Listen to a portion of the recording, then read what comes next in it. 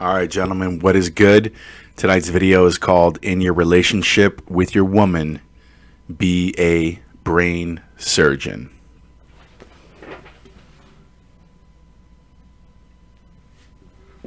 So what do I mean by that? This goes back to when I was working in mental health up until a couple months ago. I'm now doing something completely different. I'm actually doing a couple things very different.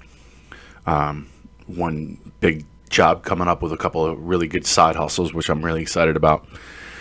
But one of the things I did at my job was I taught all of the staff. I was one of the what they call the crisis trainers, and I would train over 80 employees, depending upon different sites, so on and so forth, where on how to deal with being attacked, basically, by students and by our clients. And I would teach them the proper ways to deal with it. Okay. And those proper ways were basically, it was taught to me personally. I was certified by one of the bigger institutes here, hospitals in Pittsburgh. If you look up any hospital in Pittsburgh, the biggest one, I was certified by them. So you can look that up yourself. I'm not going to say it. But you had to learn about trauma-informed care, and that's really what's stemming underneath my video tonight.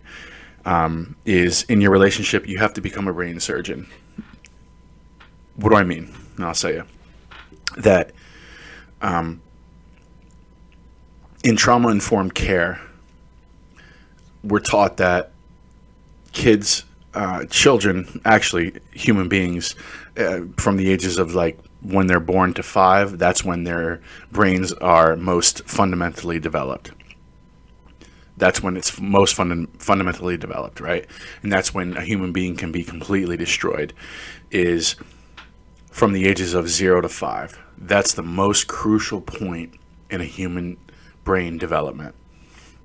And there was a study that I remember teaching when I would teach the staff. It was basically, there was a brain scan of a normal child, right? A normal who grew up in a home with a mother and father, and then another child who grew up in a Romanian orphanage. And basically, the child who was born in a Romanian orphanage, I think this was like a 4 or 5-year-old child, had no brain activity going on in the prefrontal cortex. Okay, everything was going on in the hindbrain, which is the amygdala, which is the fight or flight part of the brain. And this is really important, crucial stuff for you to understand. Where the child who was brought up in a normal home, with a mother and father and people that would actually literally pick them up. Now the children in the Romanian orphanage, they had no really, they basically were laying in cribs all day, and then they would only get picked up to be fed or to be changed. And the children in normal homes were obviously being picked up and interacted with and spoken to and so on and so forth. But from the sheer fact that this human being at the age of born to 5 was neglected, this person has permanent brain damage. Permanent brain damage. Now, this is very important for us to understand, because I'm going to come back to this. And I think that for women today, with as sexualized as they are and as sexually experienced that they are, I think that women have, not only when they're children is that important for them, that brain development, but even later on in life when they start to go to college or high school, I think that their sexual experiences actually shape the pathways to their brains. And so we'll get into that. But successful LTRs require men to produce brain chemicals, okay? All right. Successful LTRs require men to help their women produce brain chemicals. That's my point, okay? And this is what I mean is let's assume that your wife grew up with a mother and father in between the ages of, whatever. In 0 to 5, she was perfectly healthy, grew up traditional home, which my wife did. And I could tell you that once she hit college, the culture the subrogated, as that book would say, it taught her that it was cool to be, or it was okay to be, like the gynocentric social order today taught her that it was okay to go to college and have fun and do your thing, man. That was it. And honestly, I think that this happens with so many women.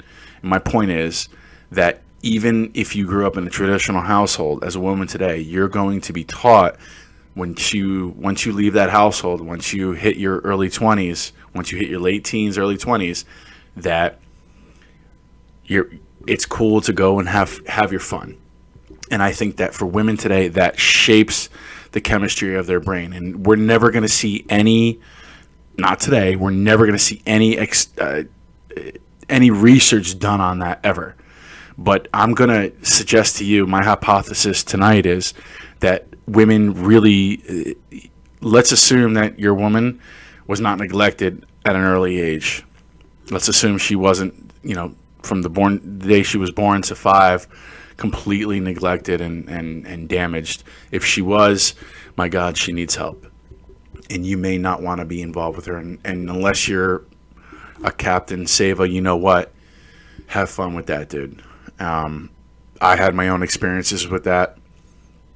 It cost me 25 years of my life, and that's why I'm trying to share this with you. Okay? So, what am I trying to say? All right? Successful LTRs, I'm breathing really hard. All right. Successful LTRs require men to help their women produce brain chemicals, okay, such as dopamine, oxytocin, all right, endorphins, right, that's the third one, and serotonin. And this is why I say you have to be kind of a brain surgeon in your relationship. You have to understand it from just an actual scientific standpoint, like a rational standpoint. This is what you need to do, and when you understand what you need to do, you become what you need to be. Okay? You can become attractive. You can become the guy with game. You can become the guy with muscles. Once you understand what is needed to produce a long-term relationship, because women today, and I hate to say it, I wish it wasn't true, but your average woman sleeps with 20 to 50 different men, and she's experiencing oxytocin hits at very high levels, dopamine hits at very high levels, and it's hard for you as a man to replicate that unless you know what you're doing in bed. And this is why I encourage men to work out, to figure out how to become better in bed, how to have sexual experience with women. If I didn't do these things myself, if I didn't have sexual experience with women, if I didn't work out, if I didn't just have life experiences, I would be in trouble in my marriage today. Okay. And I'm one of these guys who's saying, like, look, you can have a good life with your modern woman so long as you can vet them. And I'll get into a video in the future about how I vetted my wife, this and that. It was a very long process. I treated it like I was the federal government and she was trying to become an FBI agent, put it that way. Okay. So how? What are we up to? 9 minutes. How? Okay. Successful LTRs require men to help their women produce brain chemicals such as dopamine, oxytocin, endorphins, and serotonin. So how? And I'm just going to give you 4 points. I'm going to call them A, B, C, D. And then I'm going to associate each letter with either oxytocin, serotonin, endorphins, or dopamine. Okay? So the first one is the most obvious, at least to me, is you got to be good in bed. Okay? And this takes practice. This is going to take practice on your end. Okay? It's going to take practice for you as a man. And so what I suggest first and foremost is no man in their 20s should be looking to get married. You should be out dating, having sexual experiences, not getting women pregnant. But don't think of you having sexual experiences as you using women. It's not that case. Women are doing this all the time. The average woman sleeps with far more men than the average man sleeps with women. It's going on, okay? So you need to learn to create a good sexual experience for women. Arousal creates dopamine hits. And once you learn, if you keep yourself in shape, you know how to act mannerisms wise. You know how to, like, for example, like most guys get all hung up on trying to say the right words to women and get all hung up on like they're talking to a woman like as if it's a job interview. Don't do that. And I tell guys today, I tell young guys, I said, I do most of my flirting with my eyes, because my eyes, the way I look into a woman, I want her, and this is before I was married, and even with my wife now today, this is how I flirt with her. Mostly is I say less, and I do it with my eyes. I mean, she knows, and you can express so much to a woman. Like, you want to express, if you want to sleep with a woman, you want to express it with your eyes. And if she's feeling it, you'll understand. If she's not feeling it, fine. But be good in bed, because the arousal phrase, where you're leading up to the sex, creates that dopamine hit. Okay, now if you're able to give a woman orgasm, and you're not going to be able to give all women orgasms, and this is why I suggest you sleep with, or at least discover having sex with multiple women. You'll know which women you're able to please or not, and some women are just more able to have orgasms than others. And if I may, real quick, and this is free advice, 12 minutes in, if you're one of the few people that have ever watched this video, here's this really free good advice. You'll know, especially if you're like me, and when I hit my 30s, I understood this. But a woman who loves to masturbate is, for me personally, a woman that I find a lot of fun to be with, and has been able to have long-term sustainable relationship with, because a woman who knows how to masturbate knows what pleases her. She'll be able to communicate with you, especially during sex, and you can talk nasty, but at the same time you can communicate.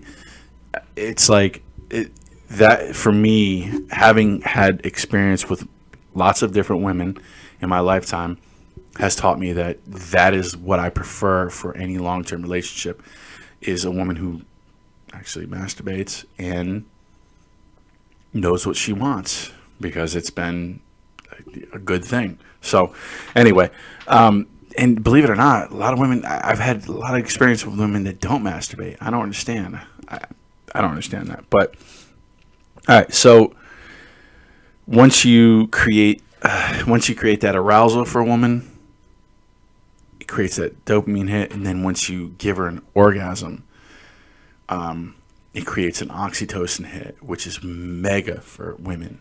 It's like that is something that you'll be in the clear for a long time. Like if you can create an orgasm for a woman, and there's ways to do this. I mean, I would look at Sterling Cooper's website.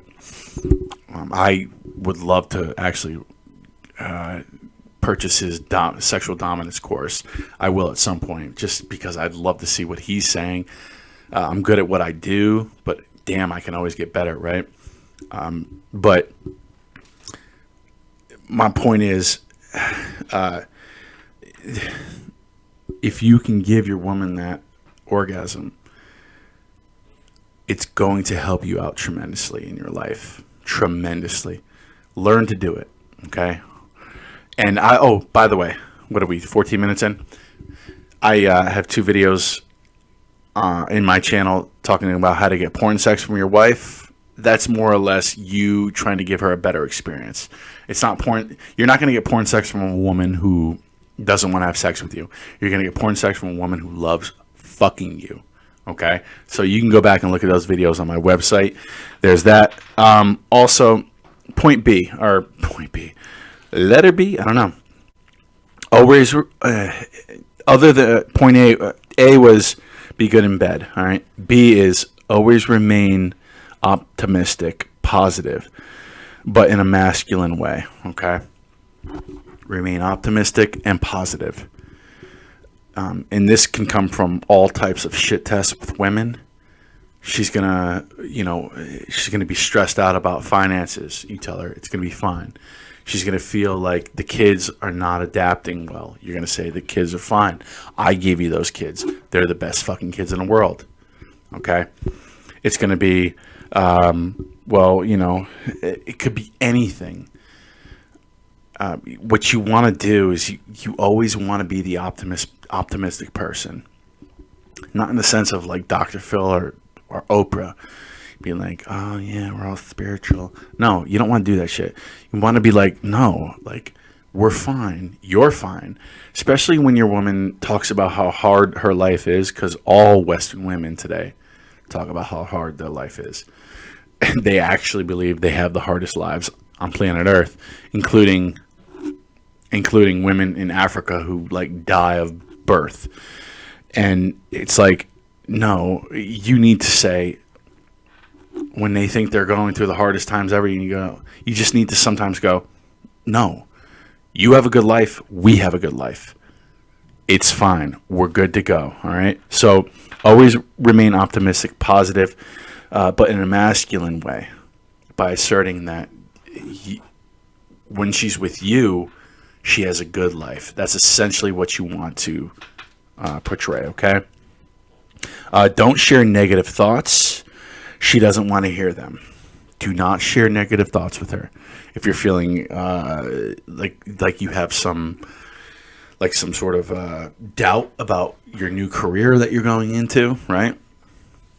Don't share that with her. You say, yeah, I'm ready to go with this. Thank you for supporting me. I love you. I'm going to kick ass. Okay? It could be anything about the kids. It could be anything about the relationship. Especially like a practical one is after you're having sex, like just be like, hey, I know you had a really good time. Don't be like, hey, did you have a good time? Was that good? You tell her, you say, hey, I know you had a really good time. I did too. Thank you. That was great. You don't have to thank her. You go, that was great. Love you. Love you. And I say it to my wife because I do love my wife because I understand her. That's the only way you can actually love a woman is to understand her. So, what is this?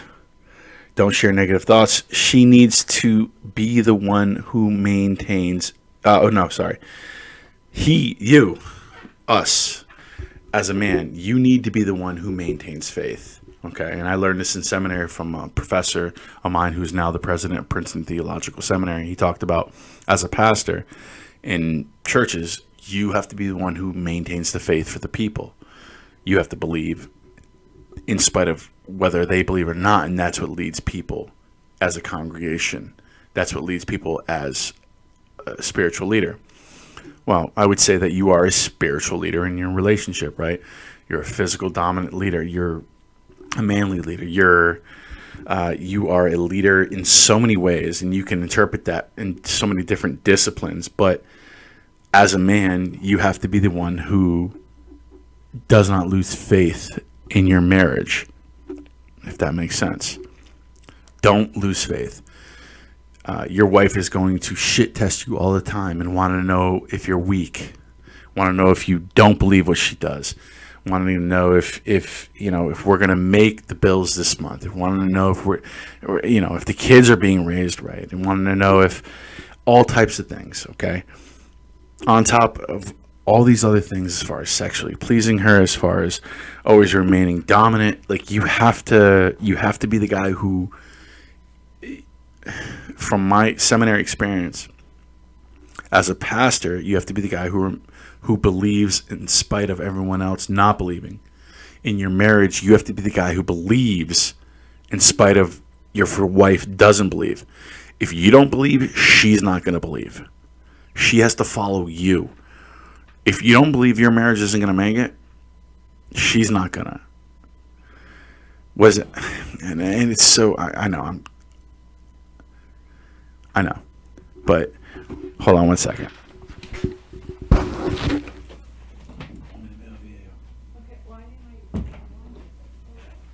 No, hold on. Hold on.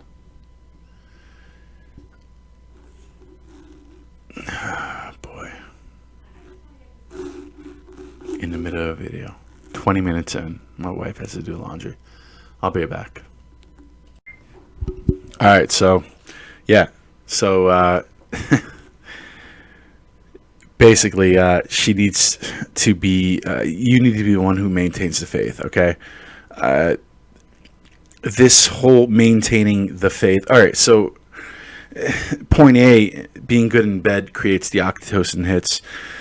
Point B here is being the guy who maintains the faith. This is a safety mechanism. Like it makes women feel safe. That's also an oxytocin hit. So for C, encourage her to exercise. All right. And I would say as a man, if your wife is not into, or your LTR is not into exercising, you have to get her into it. Otherwise, I would not consider being in an LTR or relationship with a woman who doesn't exercise. That's just me personally, because I can't picture myself with a woman who does not exercise, because I love it myself. And the reason, one of the major reasons is it creates endorphins. And so figure out a way to get your woman to exercise. And I can create a whole nother video on some examples on how to do that. It could be anything from walking to jogging to joining a gym with you. My wife works out 5-6 days a week, just like I do, so I don't have any problems with that. But you really want to encourage her to exercise, and you need to figure out how to do that. I'm not going to be the expert on this video, okay? Also, point D,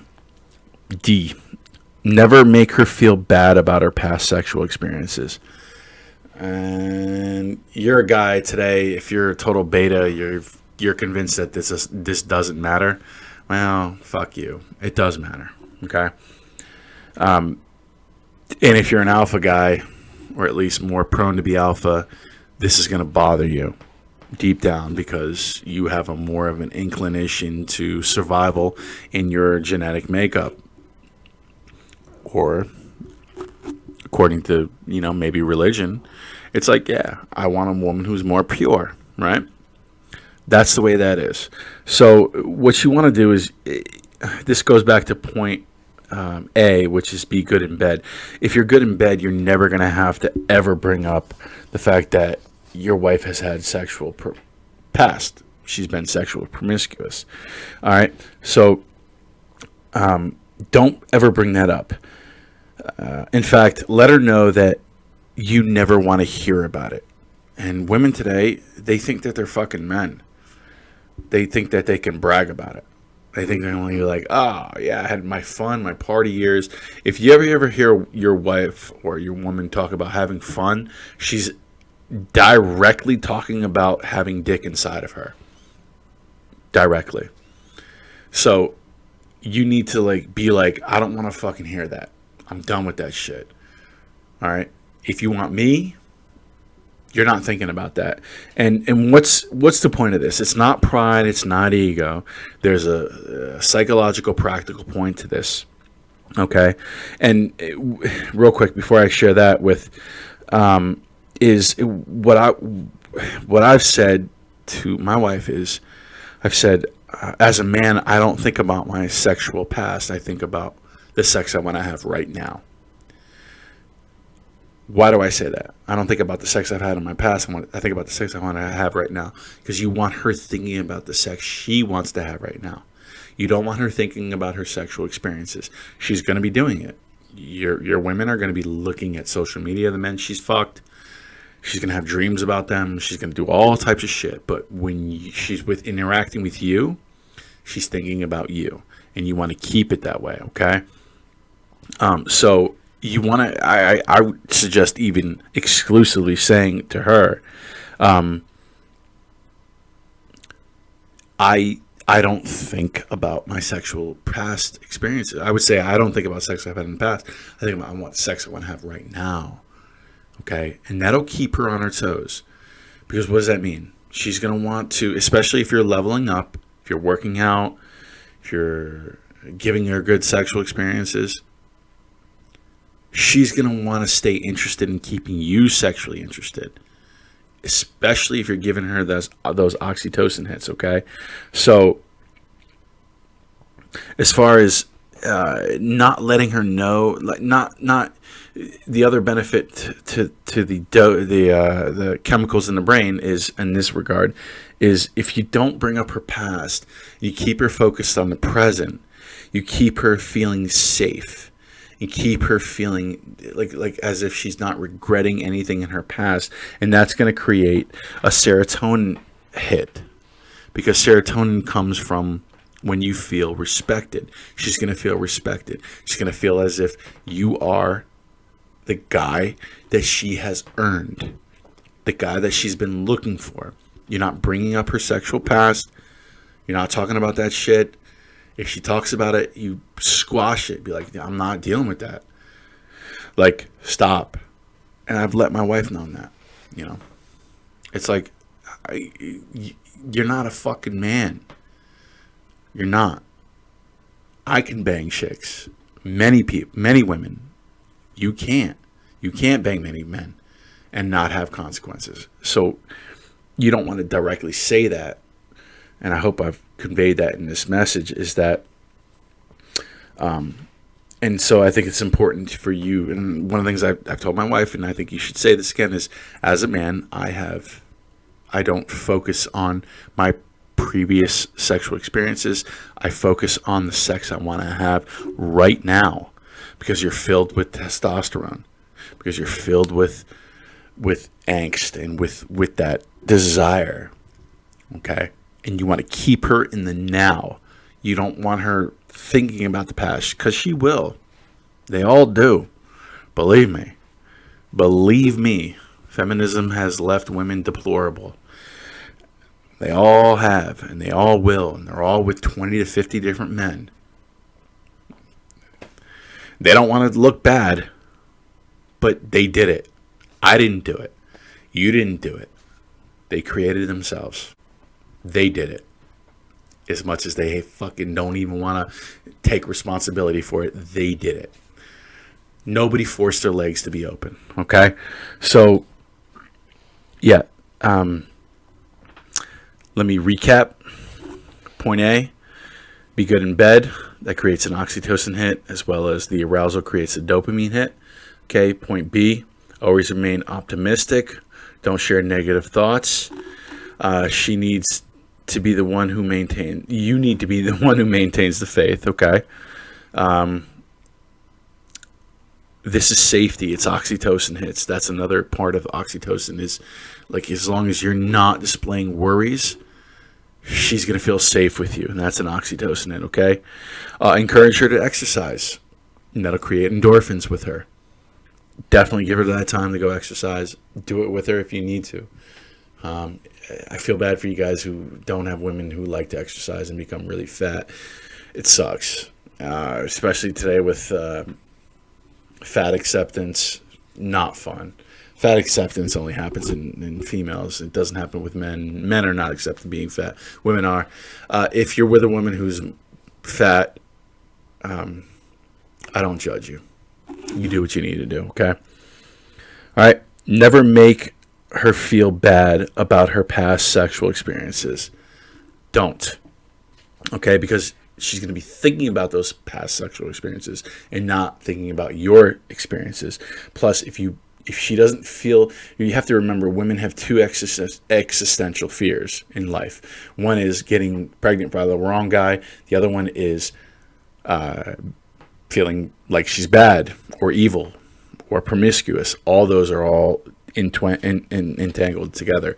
As a man, I would say, personally, I would say to your woman, as a man, I don't think about sex in my past.